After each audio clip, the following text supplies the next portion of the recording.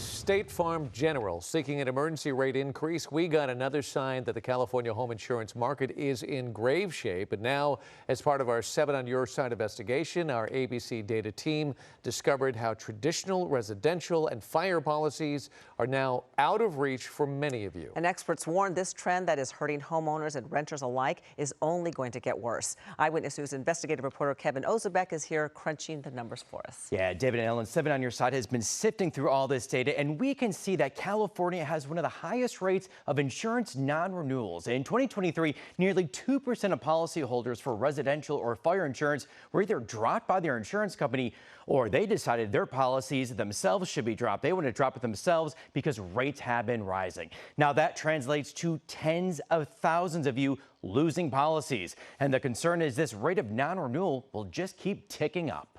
You'd never in a million years think something like this could happen. As Will Chandler looks at what's left of his Altadena home, he remembers Christmas mornings he had with his family around this fireplace and how he loved fixing cars in his garage. On January 7th, as the embers started to swirl around his home, Will grabbed 3 garden hoses and tried to fight the fire himself. I felt like I needed to do everything in my power to try to protect the home. And that's because last year he dropped his homeowner's insurance plan after it jumped from $2,100 a year to nearly $2,900, which is out of his price range. As you were fighting to save your home, were you actually thinking, I'm not insured anymore? Yes. That was one of the biggest reasons why I didn't want to pack up all my stuff and just leave. For our insurance broker, absolutely nearly impossible to get new insurance for us. Uva Carbank co-owns this 33-unit apartment building in San Bernardino.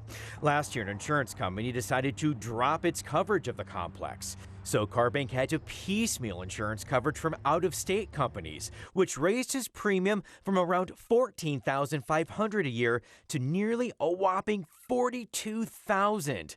Of course, that means higher rents for some. For new tenants, it definitely has to go up, yeah. And in areas now scarred from last month's devastating fires, our ABC data team analysis shows the rate of insurance non-renewals was high in these areas before the first flame sparked. In Altadena, the non-renewal rate in 2003 was 7.5%. In the Pacific Palisades, the rate was 8.3%. While this is an issue affecting all of Southern California, no area has been harder hit by this part of the insurance crisis than Topanga. The communities in these rolling hills have the highest rate of non-renewals in the Southland. Topanga in 2023 experienced a non-renewal rate of 20.7%. And property owners, get ready. With thousands of homes burned down to the ground, insurance experts say expect insurance rates to only rise, non-renewals to climb, and more hoops and hurdles for those still with policies.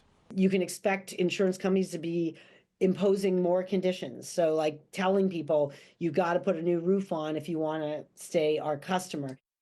Yeah, so tough news to digest. Now, even though money is tight for many, experts do advise stashing away cash in a rainy day fund. That's because policyholders should be ready for higher deductibles. So that means smaller repair jobs may have to come out of your own pocket. And you can see the non-renewal rate in your own neighborhood. We put the rate for every single zip code on abc7.com.